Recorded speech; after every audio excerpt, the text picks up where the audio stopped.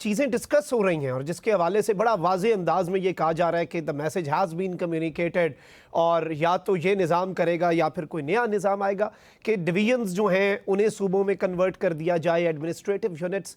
پاکستان پیپلز پارٹی واضح انداز میں بتا چکی ہے کہ ہمارے لیے یہ قابل قبول نہیں.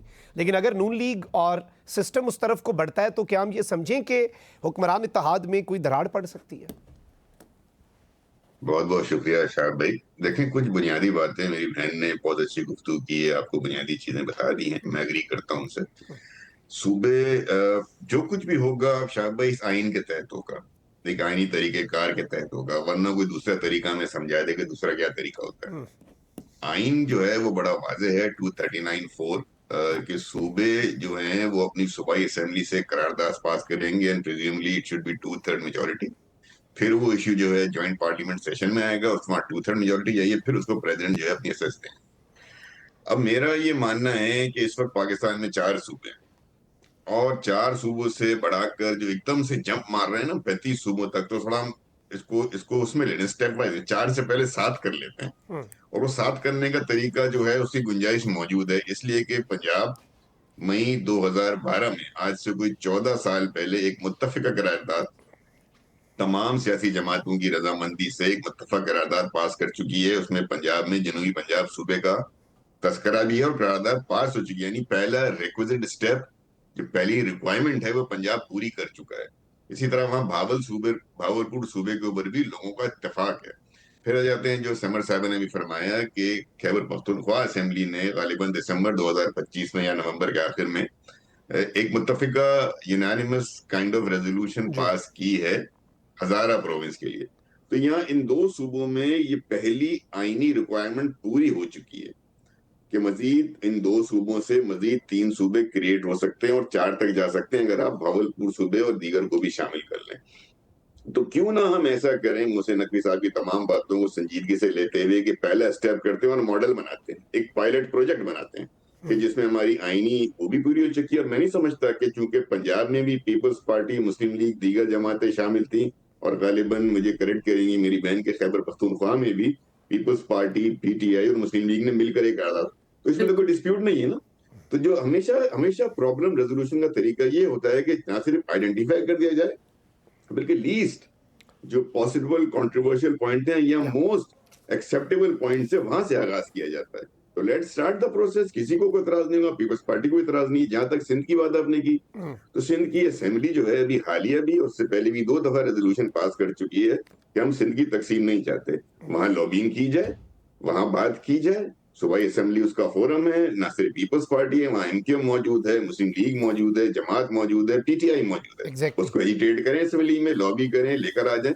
تو میں سمجھتا ہوں کہ ہمیں آغاز کر دینا چاہیے گفتگو کا. پھر نمبر 2 بات یہ بہت امپورٹنٹ ہے جو محسن نقوی صاحب کو میں نے سنا کہ محسن نقوی صاحب نے جہاں سسٹم فیلئر کی بات کی، میں تھوڑا سا ان سے اختلاف کر کے میں اس جملے کو میں اس طرح کہنا چاہتا ہوں کہ کیا واقعی نظام خراب ہے یا نظام چلانے والے لوگ نااہل ہیں؟ ہمارے پولیٹیکل ماسٹرز، ہماری سول بیوروکریسی، ہمارے ایڈمنسٹریٹو کے جو ایگزیکٹو کے جو افسران ہوتے ہیں، یا نیچے اگر آ جائیں لوکل گورنمنٹ کے افسران ہوتے ہیں، کیا وہ نااہل ہیں؟ کیا نظام میں کیسی کیا خرابی ہے؟ آئین تو متفقہ ہے، آئین تو ساری باتیں بتا دیتا ہے. صوبوں کے اندر بیوروکریسی کے پاس جو نظام ہے وہ وہی ہے جو برٹش راج کا ہے. تو کیا آیا واقعی نظام میں خرابی ہے یا اس کی ڈیلیوری میں ہماری بیوروکریسی، ہماری پولیٹیکل ماسٹرز رکاوٹ؟ تو یہ بہت ساری گفتگو پہلے ہونی ہے. تھرڈ ویری امپورٹنٹ پوائنٹ جو نقوی صاحب نے بھی کہا، اور میں اس کا بڑا جو ہے، میں بڑا اس کا لابیسٹ ہوں، اور میں بڑا فرم بلیو کرتا ہوں کہ بجائے اس کے کہ ہم ایک دم سے صوبوں کی طرف چلے جائیں، کیوں نہ ہم 3rd tier of the government, جس کو کہ آئین ریکگنائز کرتا ہے لوکل گورنمنٹ کو، آرٹیکل 140A میں کرتا ہے، آرٹیکل 32 میں کرتا ہے، اور بار بار یہ کہتا ہے. اور جب اسٹیٹ کا ڈیفائن کرتا ہے آرٹیکل 7 میں، تو وہاں آئین یہ کہتا ہے کہ پروونشل، فیڈرل اور لوکل اتھارٹیز، لوکل گورنمنٹ جو ٹیکس لگا سکے. تو جس چیز کو آئین ریکگنائز کر رہا ہے، اس کو ہم نے اب تک کتنے صوبوں میں انفورس کرا دیا؟ سوائے سندھ کے اس وقت تو کئی منتخب لوگ مقامی حکومتیں کام نہیں کری. تو میں اس بات کو سمجھتا ہوں کہ ہمیں اسٹیپ وائز چلنا چاہیے. 3 صوبوں کی گنجائش آلریڈی موجود ہے، جس کی پہلی آئینی ریکوائرمنٹ صوبائی اسمبلی قرارداد منظور ہو چکی ہے. نمبر 2 ہمیں یہ دیکھنا چاہیے کہ کیا نظام ٹھیک ہے یا نظام چلانے والوں سے شکوہ ہے، اس کی بیوروکریسی سے شکوہ ہے، اس کے پولیٹیکل ماسٹر سے شکوہ ہے. تھرڈ،